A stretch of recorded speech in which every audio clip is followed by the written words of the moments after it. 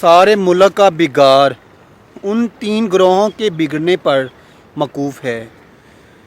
حکمران جب بے علم ہو اور عالم جب بے عمل ہو اور فقراء جب بے توکل ہوں۔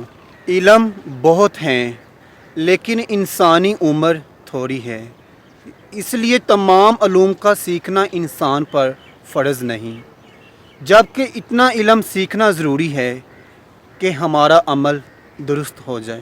کسی کو ذلیل کرنے سے پہلے خود ذلیل ہونے کے لیے تیار ہو جائیں، کیونکہ اللہ کا ترازو صرف انصاف تولتا ہے۔ جب مجھے پتہ چلا کہ محل کے بستر پر سونے اور زمین پر سونے والوں کے خواب اور قبر ایک جیسی ہوتی ہے، تو مجھے اللہ کے انصاف پر یقین آ گیا۔ انسان کی بزرگی اور رتبہ کی بلندی موضوع میں نہیں بلکہ عصمت اور کردار کی صفائی سے ہے۔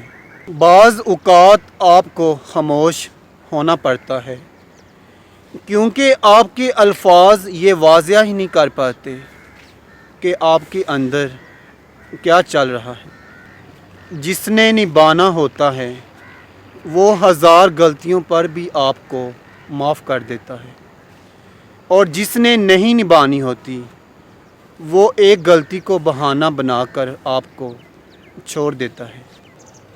افسوس، یہ وہ معاشرہ ہے جہاں لوگ گند اٹھانے والوں کو گندا سمجھتے ہیں۔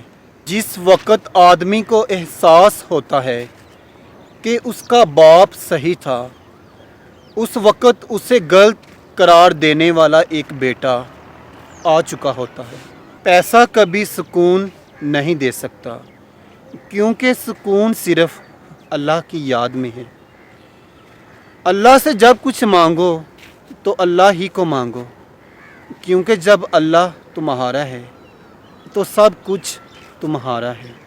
خالی جیب والا مرد دنیا کی 99% عورتوں کی نظر میں بدصورت ہوتا ہے۔ بھروسہ صرف اللہ تعالیٰ کی ذات پر کرو، کیونکہ لوگ توڑ جاتے ہیں یا چھوڑ جاتے ہیں۔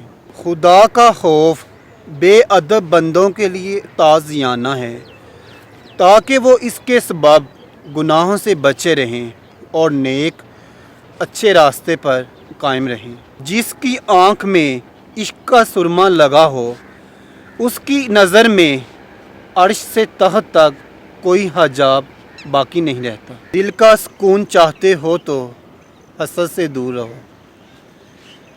دنیا والوں کی صحبت فقیر کے دل کو پریشان کر دیتی ہے۔ مسلسل عبادت سے مقام کشف ملتا ہے۔ انسان کے لیے سب چیزوں سے زیادہ مشکل اللہ تعالیٰ کی پہچان ہے۔